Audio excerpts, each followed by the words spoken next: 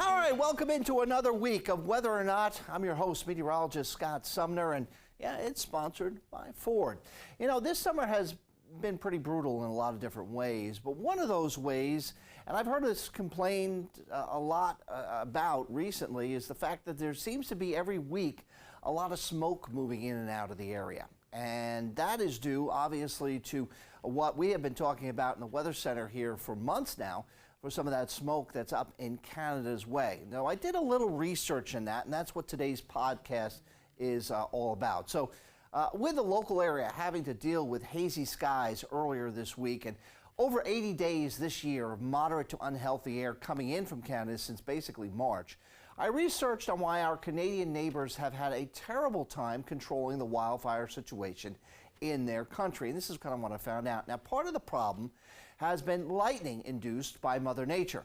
Now, since lightning is an electrical spark, when in contact with smoke and other microscopic matter that's in the atmosphere, it's like lighting a match, basically, and the air's pollutants can initiate a spark, creating a fire. Now, fires have also been sparked through unintentional human causes, like dropping a cigarette on the very dry ground up there. And lastly, the way Canada has handled forest management. Now, by that I mean part of a contributor to the wildfires has been by Canada stopping controlled burns during the winter season, as you see by this graphic right here. Now, when controlled burns were performed, they really helped to reduce the risk of larger and potentially more dangerous fires throughout the area. But instead, forest management has focused on tactics used to suppress wildfires. Now, this has been tried in the U.S. many times and unfortunately has not worked out, and as you can tell, is currently not working in Canada as well. Now, based on a report out of Toronto, the reason Canada's capacity to prevent wildfires has been shrinking are due to really three things. One, as you can see here, are firefighting budget cuts, been a major issue this entire season. Two, a loss of some of the country's Forest Service staff that could actually be tied to number one. And three, burdensome rules for fire prevention, which is coming up there. There we go.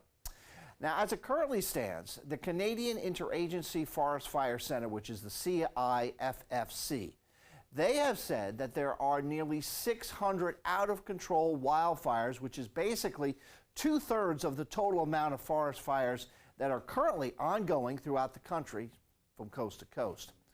The amount of land that the fires have destroyed is an area 3 times that, the size of Belgium. Can you believe that? Yeah, there's the wildfires there, and you can see the planes flying in and dousing those fires with water. But it's still out of control, and it's 25 million acres that have been gone up in smoke. And unfortunately, it is not letting up anytime soon. We're hopeful to have these forest fires, for Canada's sake anyway, squelched as we go throughout the next couple months, but still it is summer, not only here in the U.S., but up in Canada as well, and so they're going to have to brace themselves, it looks like, for a longer period of time where we see their smoke from their fires that are currently ongoing up in that area. I hope they can get it under control soon, as we all do, and that winter season for Canada can't come around soon enough. Well, from the DC News studio, I'm meteorologist Scott Sumner.